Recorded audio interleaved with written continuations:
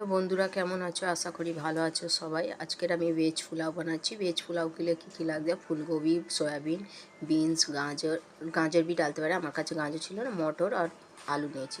নুন, হলুদ, লঙ্কা গুঁড়ো আর গোটা মশলা, তেল সব নিয়েছি। এর মধ্যে আমার ভিডিওটা তাড়াতাড়ি হয়ে গেছে, তো ওই জন্য আমি দেখাতে পারিনি। তো ডালবো যখন তখন আমি বলে দেবো। জিরে ঢেলেছি, তেল প্রথমে 1 কাপ তেল দিয়েছি, জিরে দিয়েছি, তার মধ্যে গোটা মশলাগুলো দিয়ে দিচ্ছি। গোটা মশলার মধ্যে এলাচ আছে, লং আছে, দালচিনি আছে, আর ওগুলো দিয়ে আমি পেঁয়াজ দিয়ে দিচ্ছি। পেঁয়াজ দিয়ে পেঁয়াজটা ভালো করে লাল হয়ে যাবে, তারপর লাল করতে হবে একদম। লাল করার পরে যতটা লাল করবে ততটা ভালো হবে সবজিটা।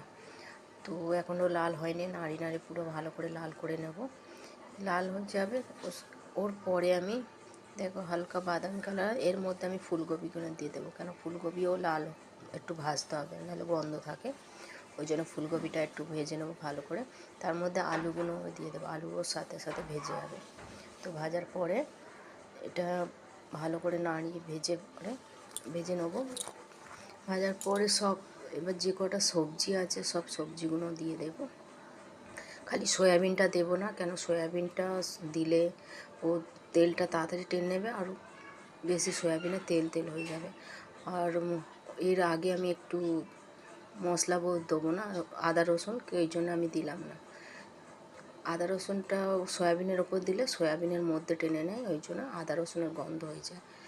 তো কোনো দিন বানালে সয়াবিনের আগে আদা রসুন দিয়ে দেবে। তো আদা রসুন দিয়ে দিলাম 1 চামচের মতো, দিয়ে একে ভালো করে নেড়ে নেড়ে একদম ভেজে নেব। ভেজে নেবার পরে ভালো করে ভাজবো, কেন আদা রসুন গন্ধ। ফির সয়াবিনগুলো দিয়ে দেবো একে একে।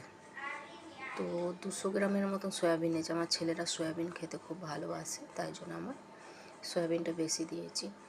তো এর মধ্যে আর এই পোলাওটা খুব ভালো হয়, টেস্ট হয়, কিন্তু কুকারে বানালে আরও বেশি টেস্ট হয়। তো এটা নাড়ি নাড়ি একদম পুরো ভেজে নেব, একটু ভাজবো। ভাজার পরে এবারে আমি সব হলুদ, লঙ্কা গুঁড়ো, ধনে গুঁড়ো আর নুন সব একই সঙ্গে দিয়ে দেব। দিয়ে একে ভালো করে ভাজতে হবে, মশলাটা যেন সব সবজির মধ্যে ভালো করে লেগে যায়। লাগার পরে এরপরে আমি পুরো ভালো করে লেগে আছে, এর মধ্যে এবার আমি চালগুলো দিয়ে দেব। চালটা দিয়ে দিলে ভাজতে ভালো করে হবে, নাহলে ওই গন্ধটা থেকে যাবে। তো ভাজা হয়ে গেছে, এবারে আমি চালগুলো দিয়ে দেবো। চাল ভিজিয়ে রেখেছিলাম আগে থাকতে। তো 250 গ্রামের মতন চাউল নিয়েছি, কেন 2 টাইমের জন্য। তো ওই জন্য একটু বেশি বানাচ্ছি, এই জন্য টোপে বানাচ্ছি, নাহলে কুকারে আমি কম বানিয়ে দেখাতাম। তো তোমরা যেটা কন্টিনিউ হবে সেইরকমভাবে সবজি বি ঢালবে, সেইরকমভাবে চালও দেবে। 250 থেকে কম চাল আছে আমার। और फिर